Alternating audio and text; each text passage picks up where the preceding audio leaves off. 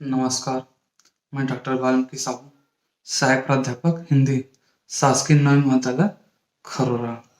आज के इस क्लास के अंतर्गत हम स्नातक प्रथम वर्ष के आधार पाठ्यक्रम हिंदी भाषा के प्रथम प्रश्न पत्र के अंतर्गत संकलित देवनागरी लिपि की वैज्ञानिकता का अध्ययन करेंगे।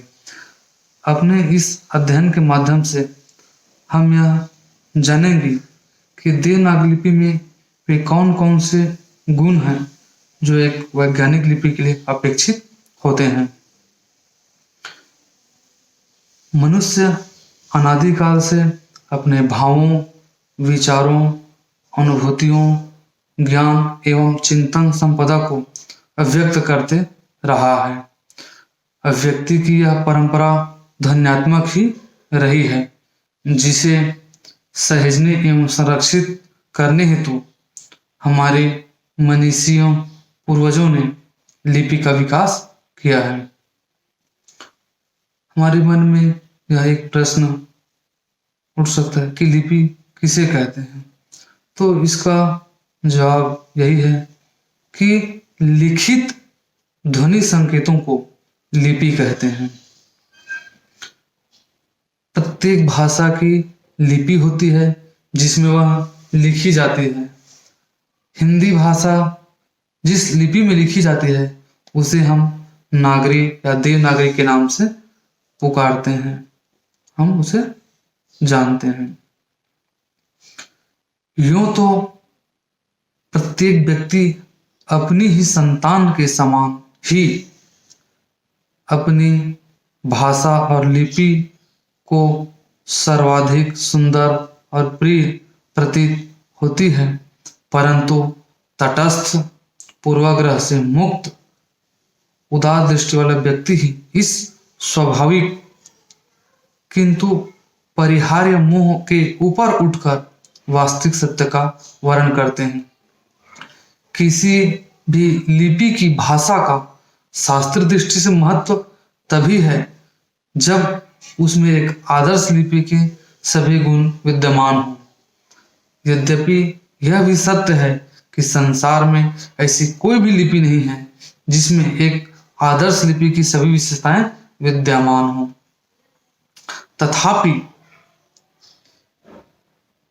गुण दोषों के विवेचन से किसी लिपि की वैज्ञानिकता का मूल्यांकन तो कर ही सकते हैं। देवनागरी लिपि और फारसी लिपि, रोमन लिपि को देखते हैं तो तुलनात्मक अध्ययन करने पर यह हमें ज्ञात होता है कि देवनागरी लिपि इन लिपियों से कई अधिक वैज्ञानिक है। देवनागरी लिपि की वैज्ञानिकता को सुशोभित करने वाले गुण निम्नवत हैं। पहला, देवनागरी लिपि ध्वन्यात्मक न होकर अक्षरात्मक या वर्णनात्मक है, अर्थात देवनागरी लिपि में वर्णों के माध्यम से हम ध्वनियों को अभिव्यक्त करते हैं। इसका दूसरा गुण है वर्ण विभाजन में वैज्ञानिकता।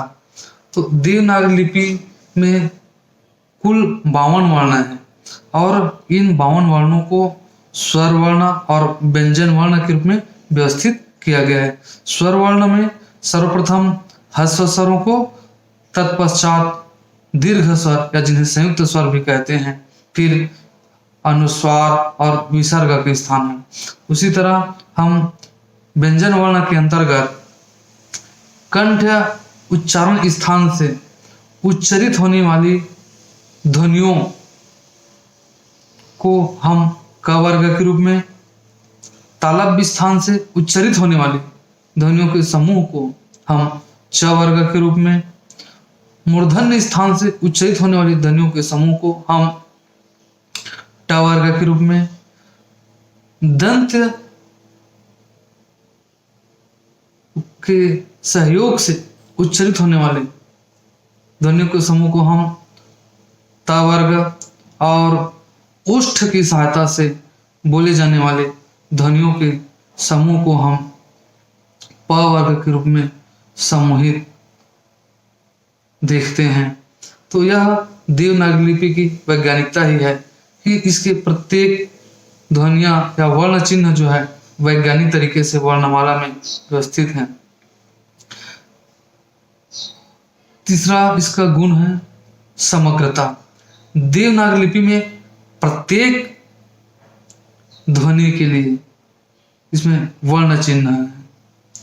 रोमन लिपि में अणा और न के लिए केवल एक ही वर्ण एन है, जबकि देवनागरी लिपि में दोनों के लिए अलग अलग चिन्ह है।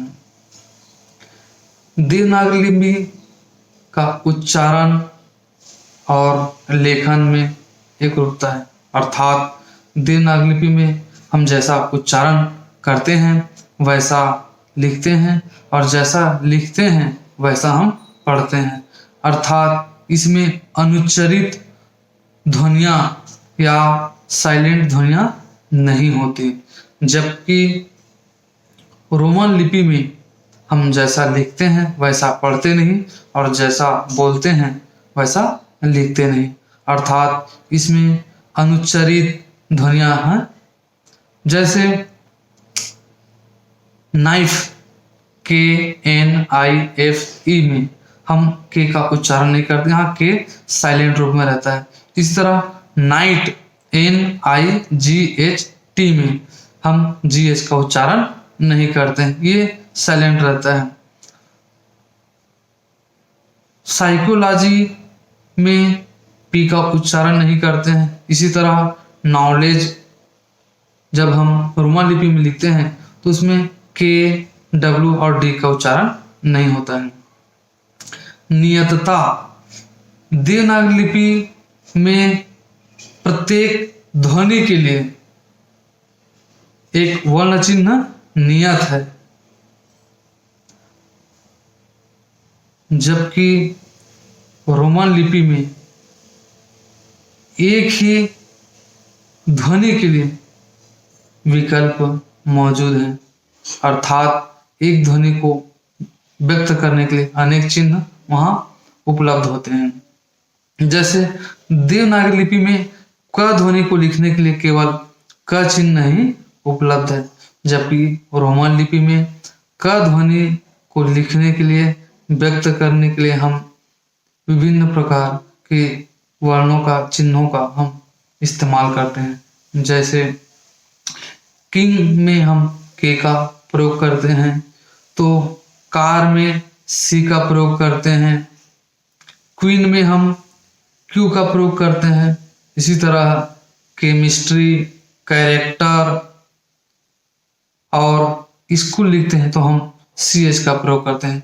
इस तरह हम देखते हैं कि रोमन लिपि में एक ही ध्वनि के लिए अनेक वर्ण चिन्हों का प्रयोग किया जाता है, जबकि देवनागरी लिपि में ऐसा नहीं है।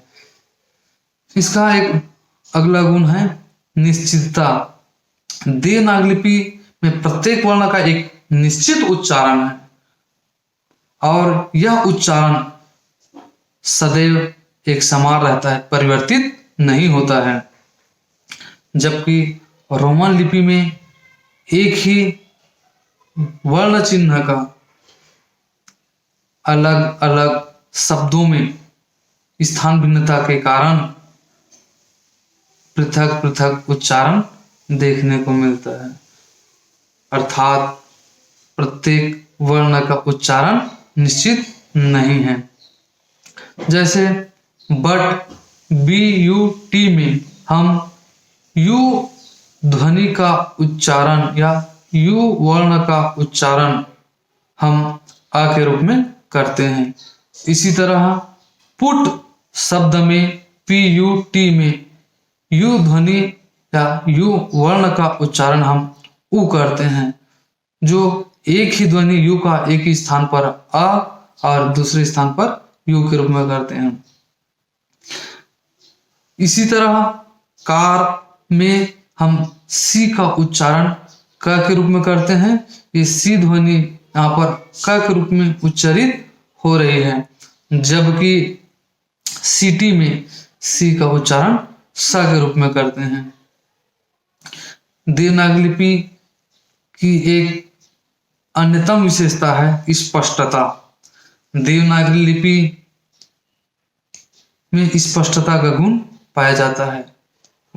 वैज्ञानिक लिपि वही हो सकती है जिनके वर्णों में पारस्परिक साम्यता होने के बावजूद भी अस्पष्टता न हो। रोमन लिपि में कुछ वर्णों की आकृति मिली जुली हुई प्रतीत होती है, अर्थात उसके स्वरूप में बहुत कुछ समानता दिखती है, जिसको हम लिखने के क्रम में या व्यक्त करने के क्रम में जरा सी असावधानी होने पर वो अस्पष्ट हो सकते हैं। तो वो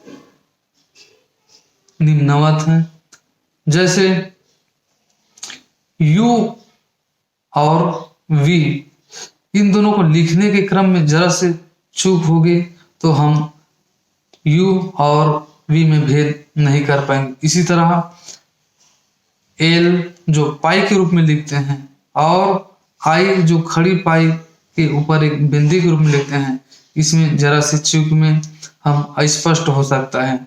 इस तरह एच और एन जो स्मॉल लेटर में लिखे जाते हैं उसमें भी चूक हो सकते हैं।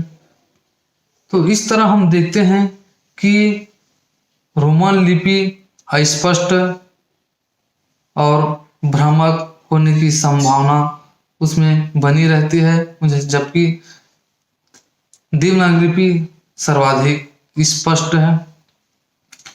देवनागरी लिपि में कलात्मकता, सुंदरता के गुण के साथ साथ शीघ्र लेखन और कम स्थान लेने की भी विशेषता पाई जाती है।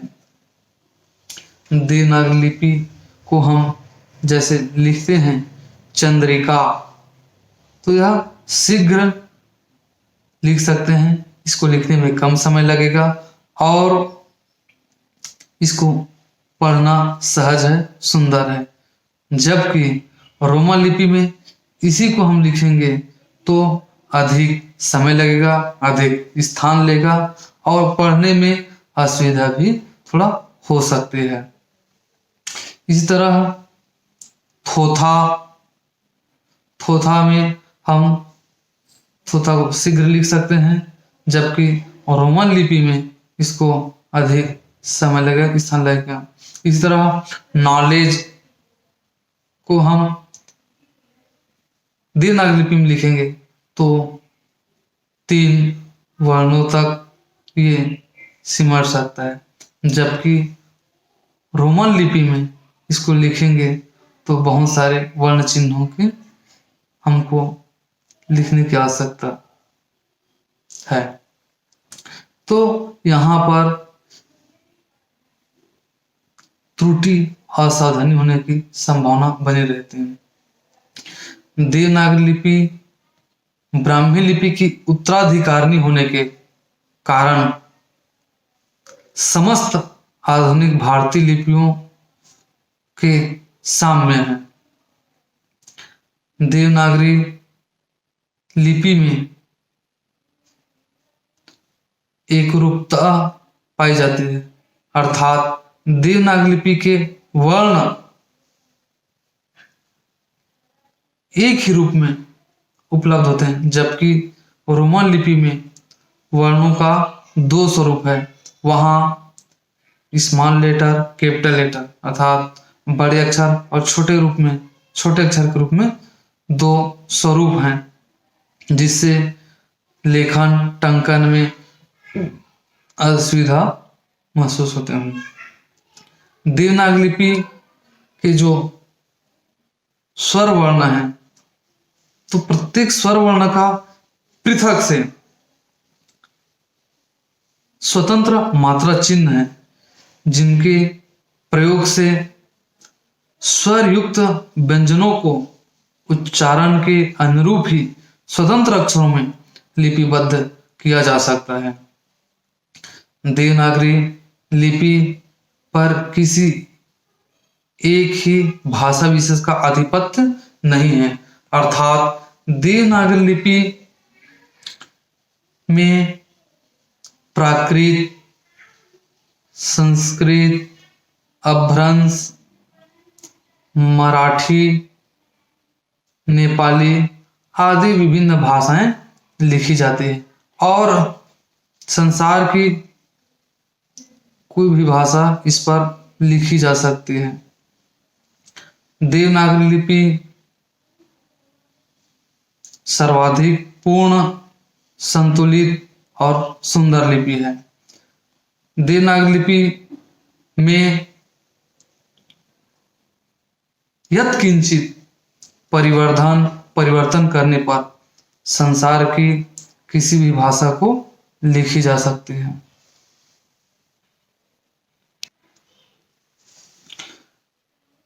कोई भी लिपि सर्वथा निर्दोष नहीं होती है। वैज्ञानिक लिपि होते हुए भी देवनागरी लिपि में कुछ कमियां, अभाव उपलब्ध होते हैं जो निम्नवत हैं। आशुलेखन, टंकन और मुद्रण की दृष्टि से देवनागरी लिपि में कुछ कमियां पाई जाती हैं। इसमें कुछ अव्यक्त ध्वनियां हैं, जैसे अर्ध का और का उच्चारण हम एक समान करते हैं। दूसरी कमी इसकी कि र के विभिन्न प्रयोग हैं, जैसे रथ, राष्ट्र, धर्म और प्रण शब्दों में र के भिन्न भिन्न स्वरूप हमको देखने को मिलते हैं, जिससे लेखन टंकन में असुविधा महसूस होती है। इसमें ज्या शब्द का उच्चारण ज्ञ के रूप में होता है, ये भी एक इसकी कमी ही कही जा सकती है। इसमें स, स, अणा, न, व, ब आदि ध्वनियों को लिखने में कठिनाई होती है। देवनागरी लिपि के कुछ मात्राएं वर्णों के ऊपर, नीचे, आगे, पीछे लिखी जाती हैं, जिससे त्रुटि की संभावना बनी रहती है। तो ये देवनागरी लिपि की कुछ खामियां हैं, कमियां हैं, जिसको समय पर दूर करके इसको और अधिक कारगर बनाया जा सकता है। उपर्युक्त गुणों और दोषों के पर्यालोचन से यह स्पष्ट है कि देवनागरी लिपि में जो दोष दर्शन है वो नागरी लिपि, वो रोमन लिपि और फारसी लिपि की बनिस्बत बहुत नगण्य है, जबकि इसके गुण और वैज्ञानिकता अधिक है। नमस्कार।